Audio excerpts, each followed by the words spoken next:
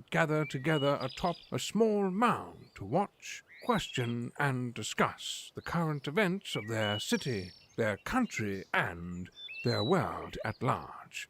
Let's listen keenly and observe this group fondly known as the Iron Fist and the Velvet Glove. Yes, welcome back, dear listener. The Iron Fist and the Velvet Glove, a small group of meerkats gathered together in the leafy western suburbs of Brisbane, producing a podcast and a live stream for your entertainment and education. I, of course, am Trevor, a.k.a. the Iron Fist. With me, as always, Scott the Velvet Glove. G'day, Trevor. G'day, listeners. And for those of you that are keeping count, I am still on the dole. But you're having interviews, Scott. I am having interviews, yes. I've got an interview tomorrow up in Toowoomba, actually. Yeah. An interview on Thursday night down at the Gold Coast. And then as a real outsider, I'm getting interviewed via Zoom on Thursday morning for a position up in Tennant Creek. Right. Where the hell's Tennant Creek, I hear you say? It's 10 hours south of Darwin. So Right, okay. Hope they've got good internet, Scott. yeah, exactly. We don't have Paul with us tonight. No. Paul, he'll be fine. He'll be with us next week. But lurking in the background, we've got Joe the tech guy. Joe, welcome. Evening all. So Joe's going to help out with tech issues in future and look after the sound and look after other things in terms of the live stream, and that gives me a chance to concentrate on what we're actually talking about and not have to have half an eye on the tech all the time. And Joe will be responding in the chat room and stuff like that. And if he thinks that we're talking complete shite about any particular issue, he'll also chime in and tell us where we're wrong. Exactly. Open invitation, Joe, to chip in where you feel the need. So, dear listener, tonight on the agenda, we're going to talk a little bit about Robin Ristow and his satanic activity. Of course, Victoria, what's going on down there with their roadmap.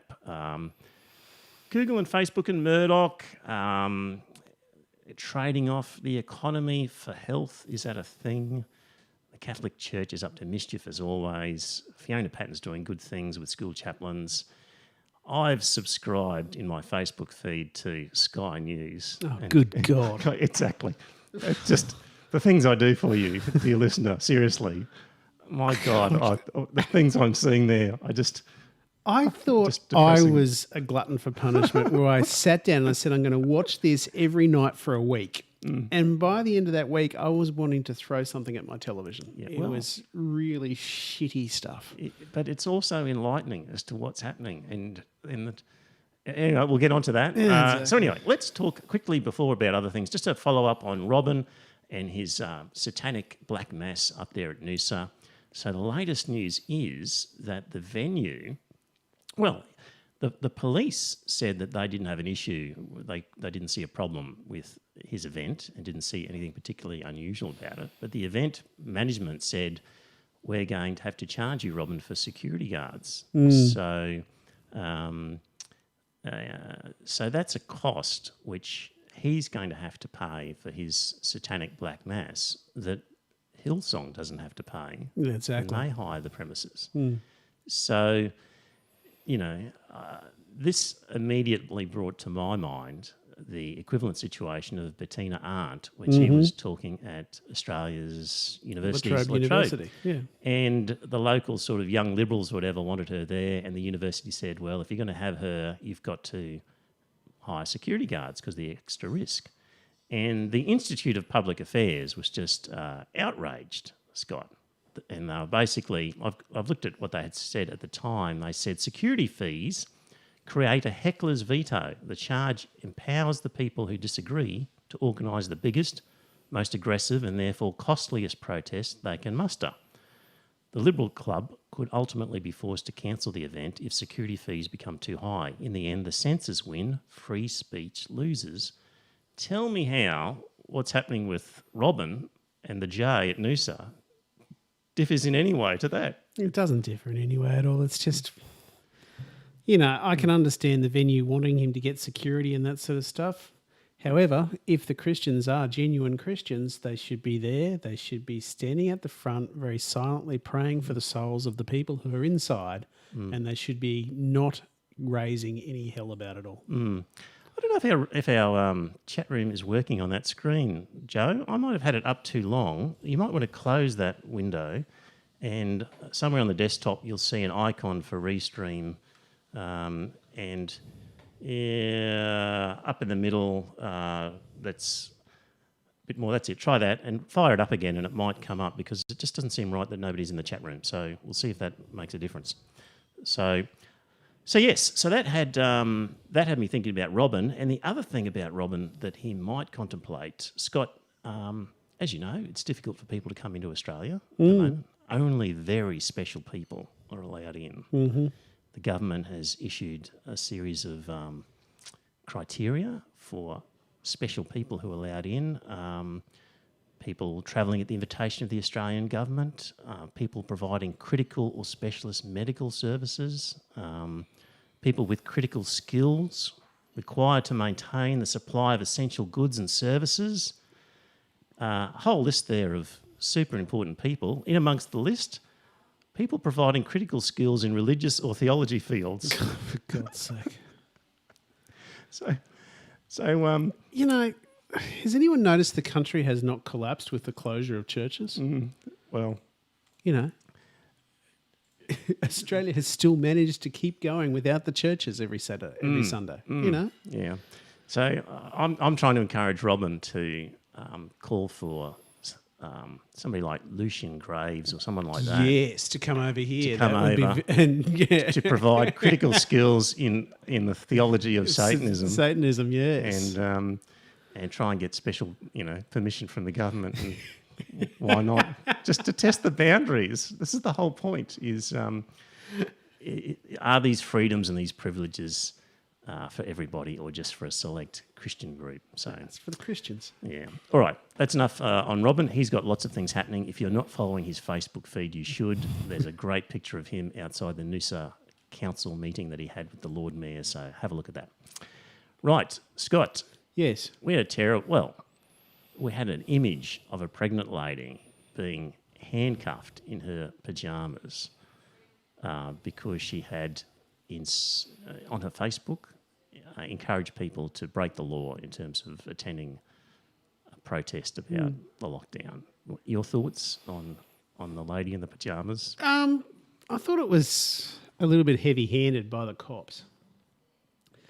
I can understand them wanting to make sure that protests don't get out of hand and don't have protests, because Victoria is in stage 4 lockdown, is it?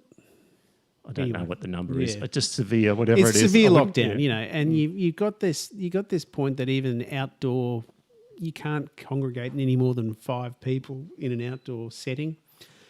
So one would assume that even a moderately organised demonstration, you get at least 100 or so people there. And I refuse to accept that you can adequately socially distance yourself when you're in a protest and all that sort of thing. However, I did think it was just a little bit over the top, the way the cops charged into this woman's house and arrested her and handcuffed her. You know, Like a it goon was squad. It was, yeah, absolutely. Like, okay, you've got a law that says don't have protests, and you necessarily don't have a law saying don't incite others to break that law. But you could just go in and just charge her and say, this is what you've done, you're charged, see you in court next week. Like, the idea of having to handcuff her while they were assessing whether the situation was under control. For goodness sake, this isn't America. We don't have guns everywhere. It was the most domestic of situations you could possibly imagine. She was in her PJs. Yep. She was in her pajamas, and they handcuffed her. Yep. And she says, "I've got was it an ultrasound appointment or something Yeah. like that?" Yeah. That she had to go and make, and they didn't care. Yeah. You know, I agree with you. They Totally should- unnecessary. I think they should have gone in. They should have said, "You've been charged with inciting this riot, with inciting this protest. We'll see you in court next week." And that would have been the end of it. There's a thing called a notice to appear. Yeah. So you can, police can give people a notice to appear, which is appear at the magistrate's court at this day, at this time, and your matter will be dealt with. You're charged with whatever offence it is. And, okay, you can't really blame Dan Andrews for that. Like, he doesn't instruct the police, how to do their job. The police were clearly overstopping the marks. Yeah. But he should have come out, I think, and have said, you know what, I don't think we need to handcuff Pregnant women. women behind their back. Exactly. Just give them the charge and make your way off, and we'll deal with it as a civil society. Joe? They did want to seize the phone and laptop as well. Yeah. And So, Okay, so well- it wasn't just a notice to appear. They were actually searching the house. Okay, take that, but, Yeah. you know, what are they going to do with that, in all seriousness? Because they just want to... It's her Facebook account. Is she going to say, I didn't do it? And they're going to... What's the benefit of... I've no idea. I can't imagine the benefit in actually taking Seizing that... her equipment. Yes. They've got all the proof they need, unless she's going to claim somebody else hacked her account. And Unless they're trolling for other Yeah. information. Yeah, well, okay, if that's the case. Yeah. Co-organisers or... okay, well, they could have taken her laptop away and they sort of said, we'll hand it back to you next week. You're under arrest. Where's your laptop? Thanks. Yeah. See you next week. We'll see you next week, yeah. But they didn't need to handcuff her. Yeah. So And had they have not handcuffed her, it probably wouldn't have made the news the way it did. indeed, of course. So so that was interesting. The other one now, of course, is Daniel Andrews has come out with his Victorian roadmap of different restrictions based on different scenarios, depending on different numbers of infections at different times. And people are not happy, Scott. Well, the people I'm hearing are not happy, but then I'm listening to... I've subscribed to Sky News, so... Yeah, I know. It's... I can understand Victorians not being happy. Now, you know, forgive my ignorance, but I have not gone through the Victorian roadmap, so I don't know for certain what's in it, other than I gather it's fairly vague. No, it's pretty specific It is about pretty with a specific, certain isn't it? number of infections per week, then these businesses will be opened up. Right, okay. And these ones will be allowed this number of people. So I think it's quite specific. Okay, it's just fair that enough. people feel that it's...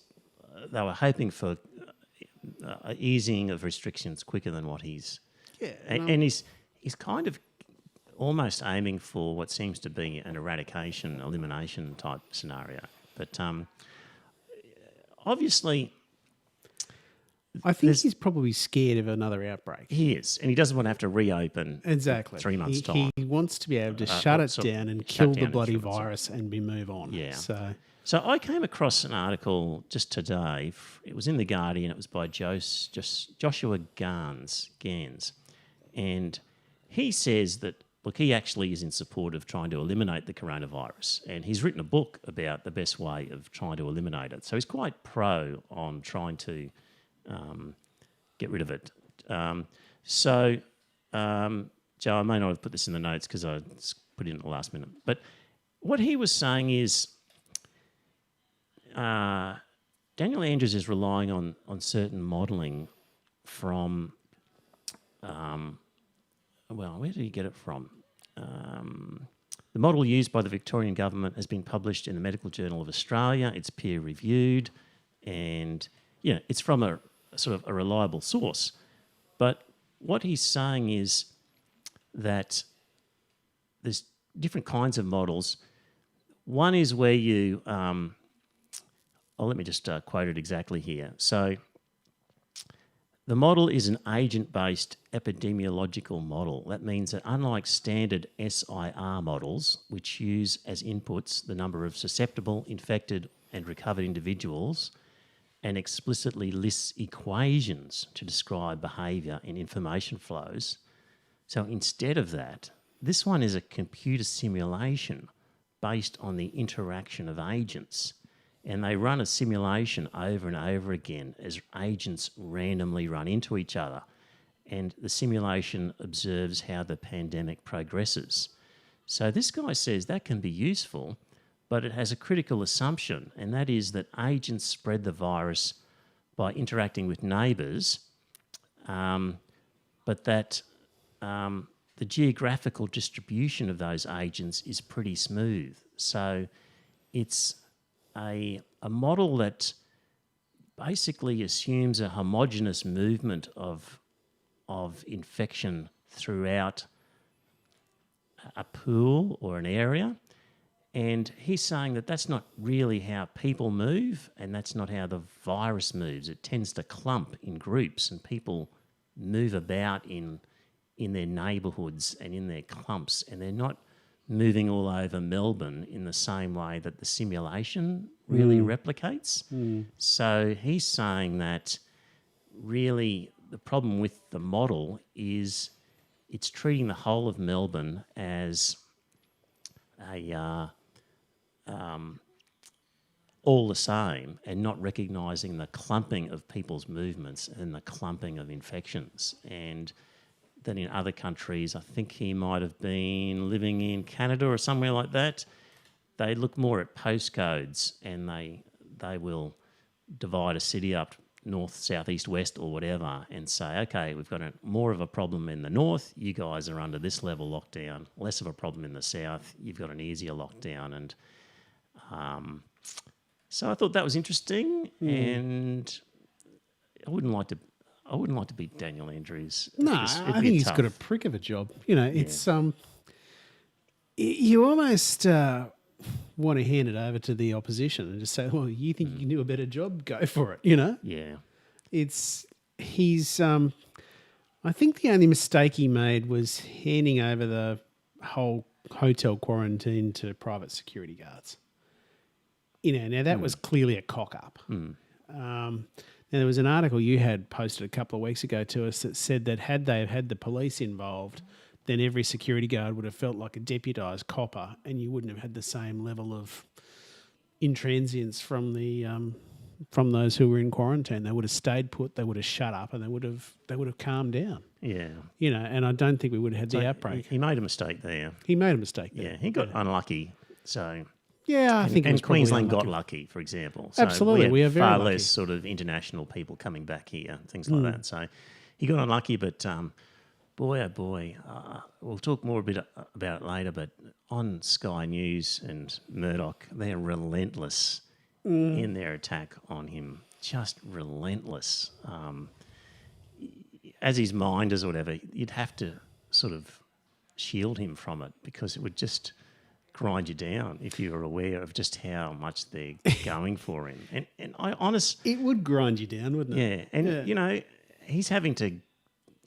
This is the problem with the world is there's no concrete, definitive answers on this, and you say, "Oh, I rely on the science," and there will be different scientific Opinions. and who knows which one's right?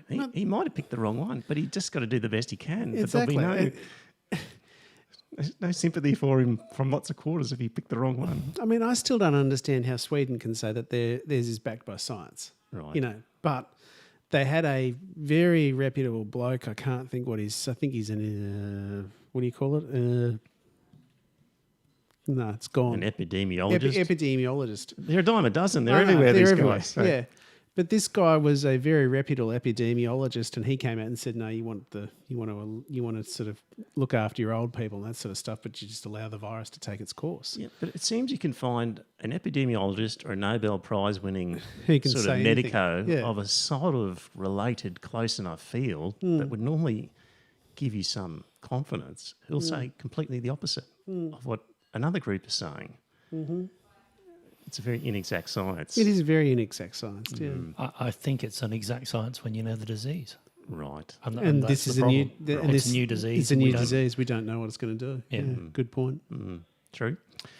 So anyway, a bit more about the Murdoch sort of beating on Daniel Andrews a bit later. Before we get to that, have you been hearing about this whole thing about our major media groups like News Corp complaining about Google and Facebook using their news items and wanting compensation for that? And basically the ACCC has done a report on it, and Josh Frydenberg has come out and is basically saying, well, Josh Frydenberg is saying, it's time for Google and Facebook to pay up to our content providers, i.e. Frydenberg's mates in the Murdoch empire. So what goes on, of course, when you Google or you're on Facebook is you'll see an article in a newspaper with a headline and maybe a snippet, sort of a 25, 30-word snippet about what the article is. And what Murdoch is complaining is that people see that and then they don't bother clicking on it because they kind of get the gist of what the story's about and then they move on. And they say, we've provided this, this information and you guys are breaching copyright. But you are, under the copyright laws, allowed to provide a certain amount of reference to work such as that without breaching copyright. You can't copy it verbatim and just replaster it on your own website. But you can certainly refer to a snippet of sorts is not a breach of copyright. And so anyway, the ACCC's looked at it and said, probably good if they could have a bit of a meeting because there's basically a power imbalance where these guys are just 1,000-pound gorillas compared to poor old News Corp. Yeah. Yeah, News Corp's a 2,000-pound gorilla. Yeah, but there's no... So News Corp wants them to pay. And others like... traditional media here in Australia want them to pay something. There's no way Google or Facebook are going to pay a cent to our media. And apparently in Spain, the same problem occurred and Google and Facebook said, well, we're just not going to have you on our platforms then. And did you hear what happened after that? Yes. Yeah. The existing media companies in Spain had a flood back of people buying the newspapers. Yeah. And all that sort of thing. Yep. And Google and Facebook weren't involved in handing out news or anything like that to the rest of the country. It actually worked to the advantage of the existing big players. The existing big players. Yes. A la Rupert Murdoch. Yeah. But, and the ACCC is saying, we really don't want a situation like that. We don't want that to happen because we see it as a useful service for people to be able to see news snippets and things on these platforms. But personally, I don't want to see it. As much as I hate Google and Facebook for not paying any tax at all, I hate Murdoch even more. The thought that they... it wouldn't surprise me if we get to the point where they actually just don't appear on... In 12 months' time, Google and Facebook may not have any Australian news content appearing in the way that it does now. Yeah, it wouldn't surprise me either. It's I think it is probably designed to try and back up Rupert Murdoch's business model, which is, dying, but still in all it is still there. So Yep. So anyway, we'll see what happens with that one. I guess while we're still on that, we might as well talk about Sky News and just the whole Murdoch empire. Honestly, Scott, watching these guys at work on this Facebook page, it's so much opinion-based stuff. They've got Chris Kenny, they've got Credlin, they've got Alan Jones, they've got a whole bunch of these guys who are just giving opinion. They're not, and they are so rabid in their commentary. Like they're so over the top where Daniel Andrews is a disgrace. He's a dictator. He should be removed from office. He's like the extreme language that they use to denigrate people on the left. You just don't hear the left talking about the right in the same way. And when you go into the comments section of this as well and just have a look around, like there's no way I'm about to make a comment because I can only take so much. But man, they are so hot in there. And it really worries me, Scott. Like, to me, this is Fox.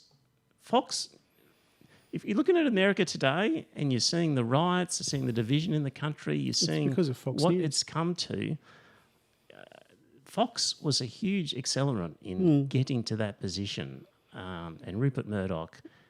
And Rupert Murdoch was sitting on the sideline. Oh, Rupert Murdoch owns Fox News, doesn't he? yeah, he's responsible for it. Exactly. And the sort of division that they created over there, they're just working on right here. It just worries me that it's creating such a divisive sort of atmosphere. And the thing what these guys do is they shift the boundaries of the Overton window. So what they do is they are so hard, extreme right in their views that it then makes something slightly more central of that seem reasonable. Exactly. So the Overton window is got a link to an article here that was talking about it. You might have heard about it, dear listener. In March 2003, at a wedding reception in the Harvard Faculty Club, Lawrence W. Reed gave a toast in honour of the friend who he was serving as best man, one Joseph P. Overton. Overton had worked at Dow Chemical and had since become an executive at a free market small government think tank in central Michigan. Among his duties at the Mackinac Centre for Public Policy was raising money, and in doing so, he had made a brochure that would become his legacy. Overton was trying to describe the role of think tanks in a society, and he posited an idea that would become a country called the Overton Window. In a given society, at a given moment, there is a range of policies politically acceptable to the mainstream. A 70% top tax rate and a 20% top tax rate are both within this window in America today. Abolishing taxes is not. Generally, the theory went, politicians will only purpose ideas that fall within that window. It falls to think tanks and others to propose unpopular things outside of the window in the hope of shifting the window and making the previously unthinkable achievable. Sky News and the whole range of right-wing think tanks that they get on there, that they interview and that also appear on the ABC as part of panels, are all involved in shifting this window the right edge of that window so far to the right that anything slightly more central that is acceptable. Considered left wing. Yeah. Or just acceptable. It's Yeah. not so crazy. Yeah. Yeah. So I think that you're dead right on that. And, I even look at the case of a very good friend of mine who may or may not be still listening to the podcast, but he was, when I first met him, he voted for the Democrats. And then he started voting for the LNP. And now he's very much a real Sky News right-winger. He watches The Outsiders or something like that on Sunday Rowan morning. Dean, Yeah, it's really quite sad to see it happen, actually. Yeah. Anyway, I just would love to be able to do something to him like that guy that you talked about, that his family turned off his access to right-wing media. Yeah, while he was in hospital, Yeah. they unsubscribed him from all these things and changed his password so he couldn't. And he just evolved back into a decent human being. I would Yes. love to do that to him. But Yeah. it's just one of those things. Paul's not here to defend himself. Hello, Paul, and you can defend yourself next week. But Paul often posts things from Rowan Dean or The Spectator, and I just think to myself, would you post something from the Liberal Party?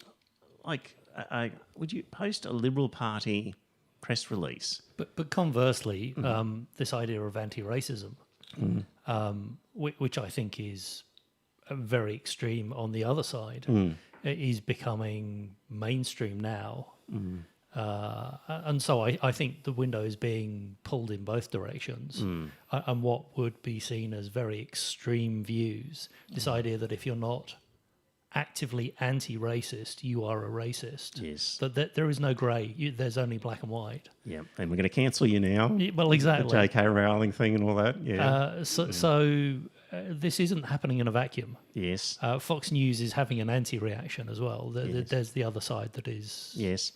But, okay, here's the thing, though, is I think the extreme left is extreme...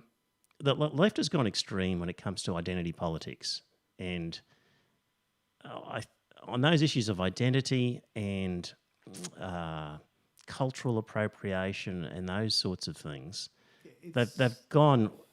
I agree with you. They've done the same thing. But when it comes to, say, just economics and tax and economic arguments, I don't see the left doing anything like that. I see them being way too central and right wing. If anything, you don't hear any support for socialism, if you like. No, I mean, the just idea of a UBI certainly hasn't. I'm very surprised that there hasn't been a much bigger discussion whilst a huge number of people are unemployed about how do we fix. Yeah. So the left has given up the fight on the economic taxation and sort of social welfare argument. They don't fight back against the sort of I all don't think taxes. the left are interested. No, they're not. And but I agree with you about the identity politics thing. So there was a thing recently with just the other day where Paul Keating was. That was very powerful, wasn't yeah. it? Yeah. So he was on. Really let them have it, didn't he? So he was on Fran Kelly's program. AM. Yeah, and they were talking about the superannuation guarantee. And he was saying it's due for an increase. It's that increase from 9 to 9.5%. 9.5% going up to 12%. It's been delayed over the years, and Fran Kelly was pushing back at him and basically saying, well, clearly we can't afford this. And how can we do this in this economy? And she just kept pushing this line, and he just battered her away every time. Like he basically just stood up for an idea and sold an idea. And really what he said was, well, I introduced this superannuation, after the worst recession we'd had in a long time. People said you can't do it. Economists then were saying we can't afford this. And of course we could afford it. We did it and we can. And that was in hard times back then. They'll always say now's not the appropriate time. Yeah, and she made a point, for example, well,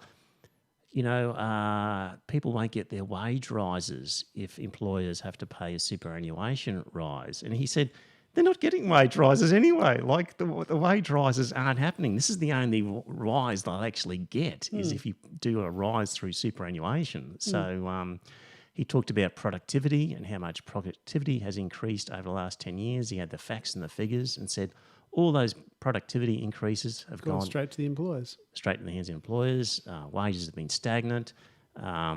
This is not a cyclical thing. You don't adjust your superannuation based on the cycle of the time. It's there for the long term. It's not meant to be something that fluctuates with the good and the bad times of the economy. Really, really good salesman. I really miss Paul Keating, actually. I didn't like him at the time because I was a card-carrying Liberal Party member, but you look back on him now and that sort of stuff and you think to yourself, yep, that's exactly the type of thing that you want a leader to be saying now. Yes. And he had some fairly unkind words about Albanese and Plibersek. I can't remember exactly what he said. But well, this was the Crikey piece that I sent you. In the Crikey piece, it said basically what a great job Keating did. Yeah. And the melancholy conclusion about Labor at the moment is that leaders like Albanese and Plibersek never bothered to get their head around the complexities of such to be able to sell it. And the economic burrheads such as Jim Chalmers are so free market oriented as to be almost as hostile to ideas of national development as the right. I think he's right. I get the impression they don't understand this stuff well enough to be able to sell it. The fact that they allowed us to raid our superannuation, that is something that I think the government really should be taken apart for doing. You can go in there and you can take 10 grand out. Yeah. Now, they shouldn't have had to. There should have been enough welfare that people Exactly. didn't So have you to. didn't have to do it. And it's just going to cause an enormous problem down the Down the track. track, It's just exactly. kicking a can down the road again. In the chat room, thanks to everyone who's participating in there. Tony says, at what point does Sky News have to be rebranded as Sky Opinion? I think at this point right now, Tony. Well, okay, Sky News, propaganda. Sky News up until after dark is fine. You know, it is a very good news service, but after dark, it ceases to be news and becomes opinion. Yeah, and on their Facebook page, all they do is give you the opinion piece, and it's So I just want to cycle back to superannuation. So it appears that the Conservatives don't like the superannuation scheme, Scott. And do you know why? Why would they not like it? Because it's another source of money that's not from the banks. Yes. Yeah. So there's a couple of reasons. So that's one. Keating actually, in the interview, describes some of the infrastructure projects in Sydney and saying that they're funded through the superannuation funds rather than the banks, and that the banks aren't really able to fund that sort of thing. And so super funds are in competition with the banks to some extent, or if not with them, then with international sort of groups. And the Liberal Party doesn't like that because they don't control these super funds, because a lot of the big ones are industry funds and they see them as being controlled by Labor. And so it's a Labor-friendly group that wields financial power, and they are also often voting against sort of fossil fuel type companies. So they're moving their investments out of fossil fuel into renewables, and that's another thing that they The don't Liberal like. Party doesn't like. Yeah. So ordinarily you'd sort of think, why wouldn't the Liberal Party support superannuation? But there you go. That was the sort of reasons why, I think. And thank you very much, Tony, for your appreciative comment about me. Thank you. Okay. Because I truly appreciate the glove and his honesty about his historical positions and where he's changed his thoughts. Yes. Thank you, Tony. Yes. So Glove, of course, was a card-carrying member of the Liberal Party. I was. Yes. Right. I've chopped and changed over a few of my topics here, but let's go back to... I just want to mention my son is studying at the moment, and one of his textbooks had this thing about Woolworths, just talking about, big companies and the information they have. And so Woolworths obviously can look at people's spending habits with their loyalty cards and their access to transactions, and they started selling insurance. And so what they were doing was looking at the spending habits of the customers and using that to help determine the insurance risk of people. And what they found was that the company's data analysis found an interesting correlation. Customers who purchased relatively large quantities of red meat and milk had far fewer car accidents than customers who purchased relatively large quantities of rice and pasta. They purchased petrol at night and they drank spirits. So people who bought lots of rice and pasta and who bought petrol at night and drank spirits were a higher risk than people who didn't. And in fact, people who buy lots of red meat and milk were a low risk. Really? So they could then look at those customers and make higher offers to the higher risk and lower offers to the lower risk based on spending habits. This is the sort of big brother data that's lurking there. There is a story, I don't know how true it is, of a family receiving some discount coupons for nappies and other young baby things, and it turns out that the teenage daughter was pregnant, and they'd figured this out from spending habits. Right. Before the family knew. Right, yeah. When I was up at the Whitsundays, sailing on a friend's yacht, I don't know if it was coincidence, but there was obviously a couple of Facebook posts with us on a boat, and And I started getting my Facebook feeds advertisements for boat shows and boat buying. I thought, surely not. Surely are they able to work out that photos of me are appearing with lots of water and now I might be a boat? Maybe. Well, but also Potentially. locations. Yes. I was in the Whitsundays location. Yeah, yep. He'd be up for a boat. Yeah. Let's start sending him some boat ads. Yep, it is scary, isn't it? So, anyway, that was from Zach. Thank you, Zach. And look, we're going all over the shop, back and forward here. Apologies if that seems the case, but I want to talk about. Seems to be a trade-off about we have to get the economy going, and Yeah. we have to unfortunately trade off health for economic benefits. And we might have more people sick and dying from COVID, but we need that in order for our economy. We need to open up in order for our economy to bounce back. And I've got this article here from Our World in Data, which asks, is there a relationship between protecting both health and the economy in the pandemic? And I'll quote a bit here. Responses to the pandemic have often been framed in terms of striking a balance between protecting people's health and protecting the economy. There is an assumption that countries face a trade-off between those two objectives, but is this assumption true? A preliminary way of answering this question is to look at how the health and economic impacts of the pandemic compare in different countries so far. Have countries with lower death rates seen larger downturns in their economy? Meaning closed sort of heavy shutdowns, does that lead to larger downturns in the economy? Comparing the COVID death rate with the latest GDP data, we see in fact the opposite.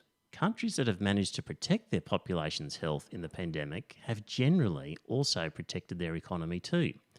So we've got a chart, and the first one shows GDP decline in various countries. And this is worth looking at, dear listener, in the show notes if you get a chance. So it's looking at the percentage decline in GDP relative to the same quarter in 2019, adjusted for inflation. So somewhere like Taiwan is only down 0.6% for the quarter.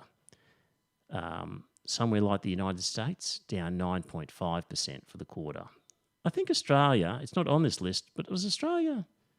I think it was It's 7. down 6 or 7%. Yeah, something like that. We've spoken previously about Sweden. So it announced it's down 8.3%. And people said, well, you know, that's a good result compared to the UK, for example. It's down 20%. United Kingdom, 21.7%. Spain, 22%. And so people looked at the Swedish figure and said, oh, they're only down 8.3%. That's showing the benefits of having their economy, having their sort of, not having a heavy shutdown. People being able to move about and trade has saved them from something like the United Kingdom or the Spain experience. And UK I had said, a huge shutdown. well, yes, but this is what people say. And I said at the time, well, let's just try as much as possible to compare apples with apples. And when it comes to Sweden, I always like to compare it to ideally Finland and Norway and also Denmark. So Sweden was down 8.3%, Denmark was down 8.5%, Norway down 5.3%, and Finland down 5.2%. So countries which had stronger shutdowns had a better economic performance. So people who argue that you must open up the economy or open up the freedom of people in order to save the economy have to look at these GDP figures and try and explain what's going on there in some of these countries. I think that the closer analysis is probably between Finland, Norway and Sweden because they're of that part of Europe. Yes. Whereas Denmark's down on the mainland of Europe. Correct. And you know, there's probably a hell of a lot more cross-border traffic and all that sort of stuff going between Denmark and France or Denmark and Belgium. I agree. You know, And then if you want to compare places like Spain, they rely on a lot of Tourism. tourism and it's an economy based on that sort of thing, which is and quite when different. when you shut down that, then the economy's going to die in the arse. Yeah. So there's another chart as part of this article where they've basically got confirmed deaths on the y-axis and the GDP growth on the x-axis, and you can then see places like the United States and Sweden and United Kingdom and Italy and France having quite high death rates, and they're kind of in the top left of the graph rather than the bottom right, which is where you would want to be. So, so this is the thing when people. Well, I was at the coffee shop down at the Cap here just yesterday. Take my mother shopping and take her for a coffee and whatnot, and I said to the guy, "How's business? Are you close to where you were last year?" And he said, "Basically, we're back to normal within a tiny margin of difference, but essentially our business now is back to normal." So that's just a local cafe, light meals, coffee shop sort of thing. I think actually the suburbs are doing a lot better than the city centres. That's my point I was getting to, which is the CBD, because I deal with a lot of businesses in art shops, and those in a suburban location are going great. Those with an internet business are going fantastic. Those stuck in the CBD, not so good. So, and that's going to happen even if you open up an economy, because Queensland's basically under no restrictions essentially now, but the CBD is dead compared to what it used to be. And it's going to continue to be dead for a long time because people have worked out they could work from home and the offices are half empty. And so there's just a number of businesses in the CBD, for example, which are crushed, and it doesn't rely on the shutdowns happening or not happening. There's just been a change of human behaviour now that's going to occur in either case. So in terms of Victoria opening up from the lockdown, it's not. There's a lot of businesses that are still going to just be in enormous trouble. It's not going to solve their problems at all. Absolutely, there for a are. lot And of you them. know, the better half, he's received instructions from his bosses and all that sort of stuff that none of it's in writing because they don't want to antagonise the union. But they are basically told now that they want 50% of them back in the office now. Right. So what they've done is they've gone through, and so he's playing the game with them and that sort of stuff. He rides his bike in from my place 3 days a week, 1 week, and 2 days the next week. He's made his 50%. So in the fortnight. So, Right. Okay. you know, There've been a couple of articles about this. This is not going to change. No. no, it's not going to change. It's gonna, They've polled office workers. 20% want to go back in the office. 20% want to work full time from home, and 60% want to work 2 or 3 days a week in the office and the rest at home. Yep. People, historically, employers have been very, very loath to let people work from home. And I think because of this, the employees are just going to say, well, it worked. You know, we've seen it work. I'll come in for whatever I need to. Yes. Yep. And genuinely people will see that people are productive in any event. Like, people get stuff done. So... And you know, just think of the traffic off the road, the shorter commute times for the days that you do go in. I mean, there is a huge knock-on effect. I just know myself with the car, I just don't put as much petrol in it as I used to. It seems to me quite a rare event to actually fill it up with petrol these days. Just I'm moving around less. So yes, so that's all to take into account in terms of the economy. And speaking of the economy still... this is from the Australian. Talking about the share market. People talk about the economy and say, for example, people will say, oh, Trump's doing a great job. Just look at the economy. And what they're talking about quite often is the share market. And until COVID came, the share market boomed under Trump. During his period in office, there's no doubt about it, it went up. There's also, during the Obama years, it went up a similar amount. Like it also boomed under Obama as well. So there's a real disconnect happening between the share market and the real economy. So this article says that, talking about Apple, it issued a 4-for-1 split of the shares, and it was the 5th time they've done that since 1980. And after splitting the shares immediately added 3.4%. But there's no reason for this. Exactly. Just cutting up the shares into 4.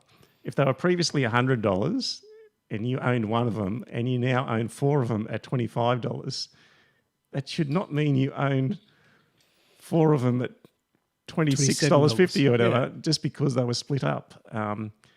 Electric car manufacturer Tesla announced a 5-for-1 stock split in August. The shares surged by 12%. And this, according to this article, in the past 21 days, Tesla's share price is up by about 50%. And the only announcement of any note during that period was the stock split. And Tesla's shares are up 577% since the March lows, and Apple is up 140%. Dear listener, if you look at a chart I'll show you of the US Dow Jones, you can just see that it was on this incredible climb. It absolutely plummeted with the sort of COVID crisis back in around about March, and pretty much has made up nearly all of that loss. It's nearly back to where it was.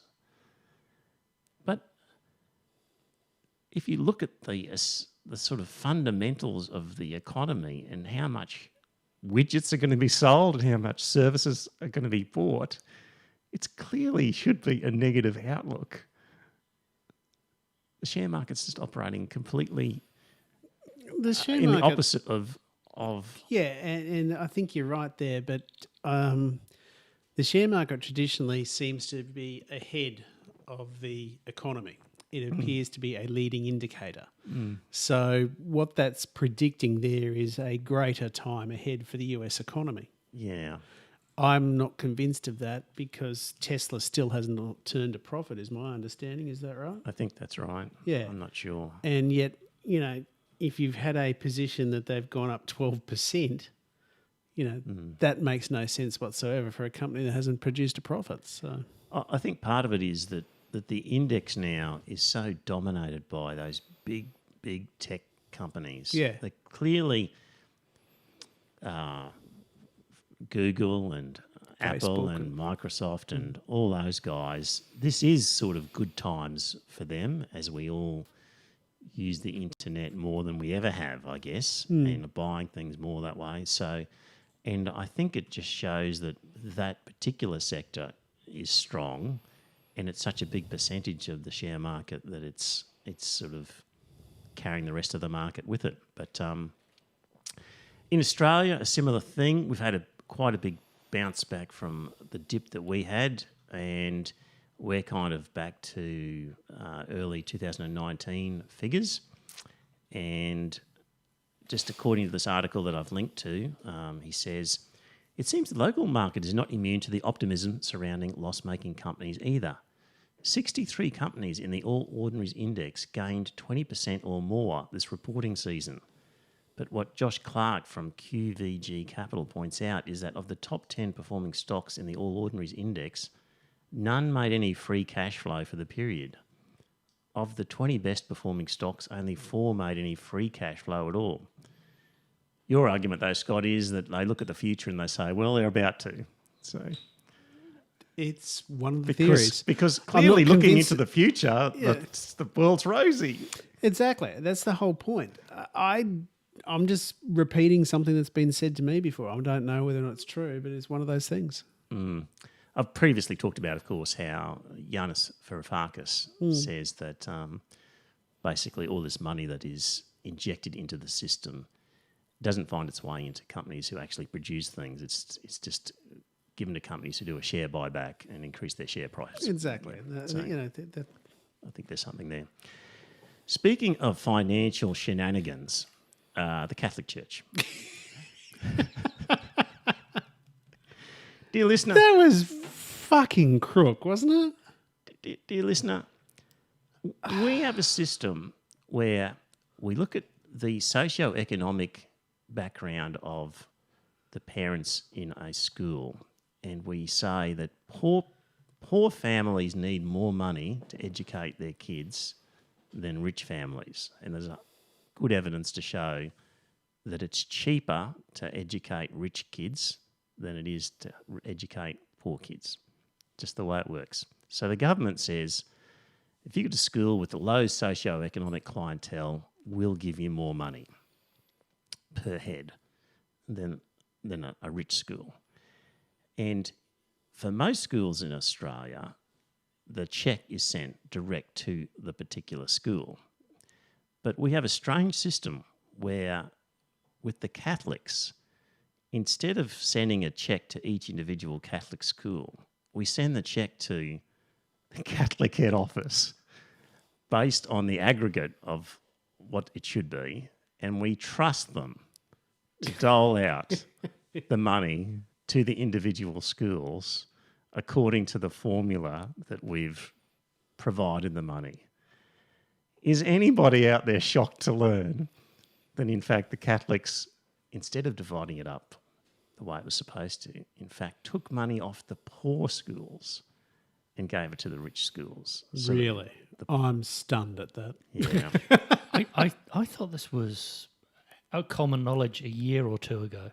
Common knowledge, but the actual specifics came out. Somehow the APC got hold of documents and were able to piece together the numbers and work it all out. So we've actually been able to put numbers to it. And basically, the Catholic Church has diverted $300 million in public funding from the poor to the rich. So there's a few different charts there, and this article goes into it. They were doing it worse back in 2015. They've sort of modified and not doing as bad as they were. But it's still over $20 million per year that they are diverting. And what we've got is, who are the winners and losers? So Broken Bay and Sydney. So this is to do with New South Wales. This is just New South Wales. So the inner city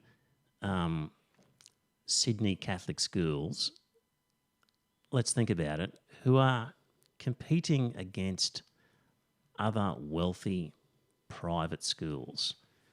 And they've got to have the facilities. They've got to have the swimming pool. They've got to have the driving range, the pony club, or you know, whatever, the music hall, the other glitzy bits and pieces that you need in order to compete with for the upper class Sydney clientele. And what do you do if you don't have the money? You rob it from schools in the Maitland, Newcastle area, Bathurst, Wollongong, Lismore, Armidale, Wagga Wagga. These regional Catholic schools, they've taken the money that was supposed to go to them and sent it to inner city Sydney. Which is really crook. It's really very wrong. Yeah. You know, it's didn't one of our leaders raise that with them at some point and say, well, we can't keep doing this? Turnbull did. Turnbull did, yeah. It's in his book. I thought it was. Yep. And they just basically told him, well, it's the way things are done, Malcolm, you know, which is a load of garbage. Yes. Just... You know, it's bloody criminal, isn't it? They've got no shame, these people. No, they don't. So anyway, that's the Catholics up to mischief again. What else have I got here that I've... So yeah, they're kind of like the anti-Robin Hood, anti-sort of Robin Hoods, taking from the rich and giving to the poor. Yeah. Taking from the poor and giving to the rich, aren't they? That's it, thank you. Also, just Fiona Patton and school chaplains. This is good. So Fiona, of course, with the, well, formerly Sex Party, now Reason Party in Victoria. She's put forward a bill. Now, dear listener, school chaplains. The rule is that you cannot proselytise as a school chaplain. You can't promote your religion or your religious views. You've got to keep religion out of it. But what the various education departments do is they hire their chaplains from third-party providers like Scripture Union. And Scripture Union says, oh, you want a job as a school chaplain? Great, we've got this relationship with the state government. We'll get you into a school. The state government pays us and we'll pay you. By the way, I remember looking at the figures once, and it was something like the state government paid Scripture Union $50 or $55, and Scripture Union paid the chaplain about 15. Yeah, like they took most of the money. Poor guys are earning nothing.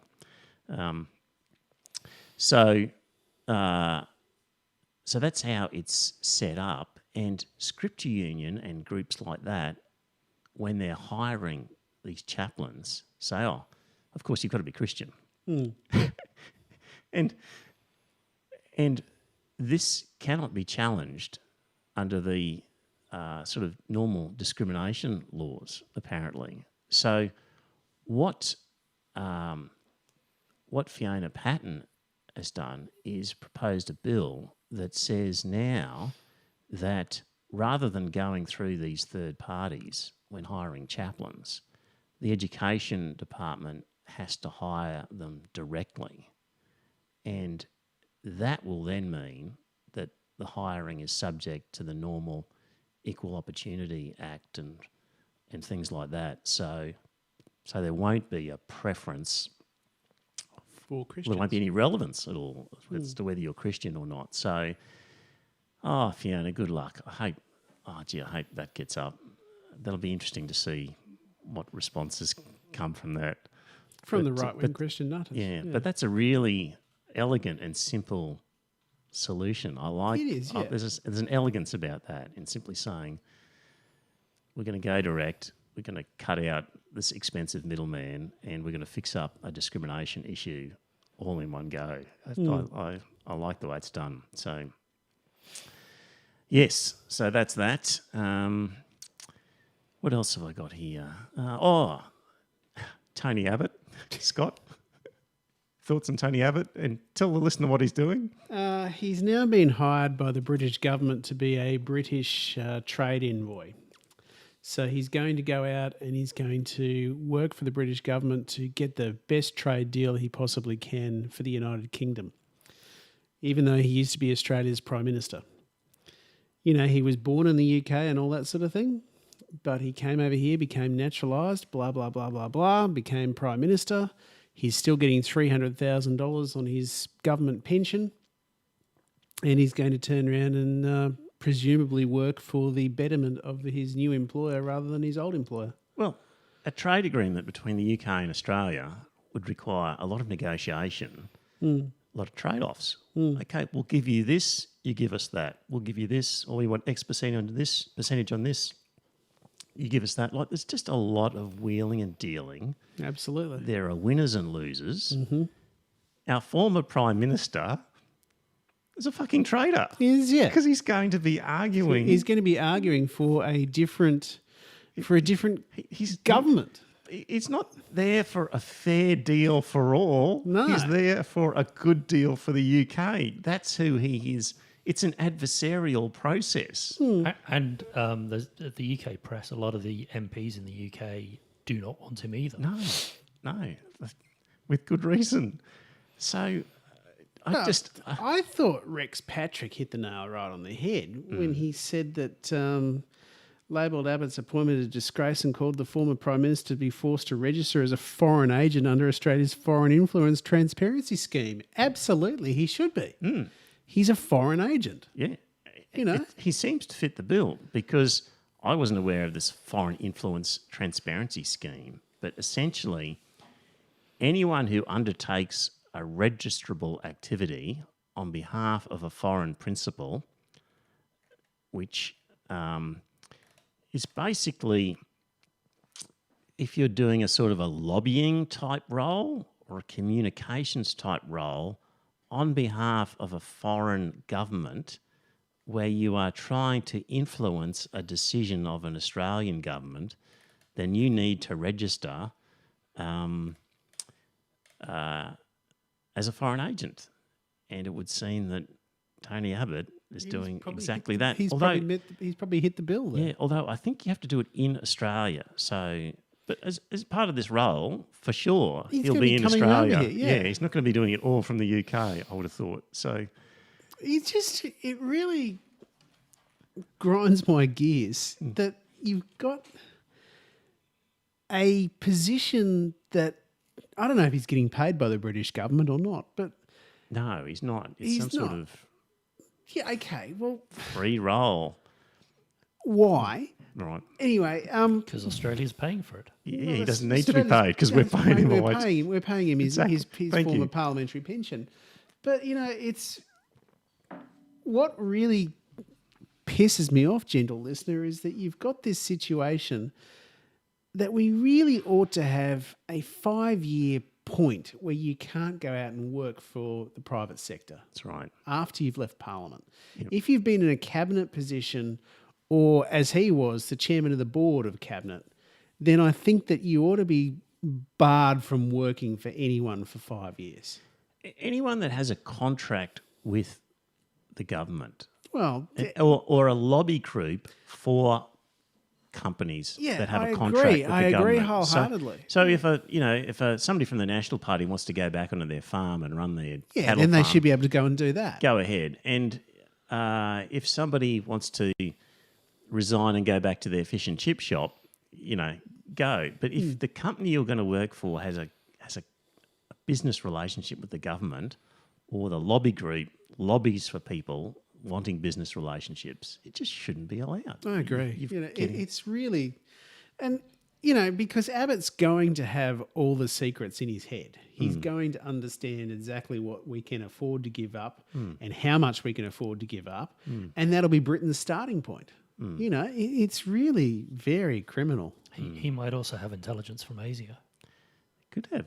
You're right. You could have, access yeah. to secret information. Indeed. Good point. Anyway, on Sky News, Peter Credlin said he's a great guy and stop your whinging. Yes. I wonder why she said that. I've said plenty about Peter Credlin in the past, and I won't continue Yeah. boring people with it. Yeah. So there we go, dear listener. I reckon. What are we up to? That looks An hour about 10. Yeah, an hour 10. That's good. I think we'll probably wind up pretty quickly. I think next week, now that we've sort of settled in with Joe here, I'm keen to sort of hear from people over Zoom. So we might call at the end next week at this sort of point, and if you've got something you want to say, you've got an idea, we'll let the Zoom details out and you'll be able to call in and give us your thoughts. Not guaranteeing that you'll make it onto the actual audio podcast because you need a certain level of interest. You've got to say something interesting and insightful in order to make it. So don't be offended if you get cut from the actual final podcast, but you'll get on the live stream anyway. So we'll probably try and give that a bit of a try next week. So that's on the agenda. So, all right, Joe, thanks for controlling the tech stuff. Magnificent. Thank you. That was good. My pleasure. Scott, thank you. No worries, Trevor. I'm here next week. We'll be here next week. Paul will be back as well. We'll talk to you then. Thank you very much for listening. Bye now. Thanks. And you can hit the stop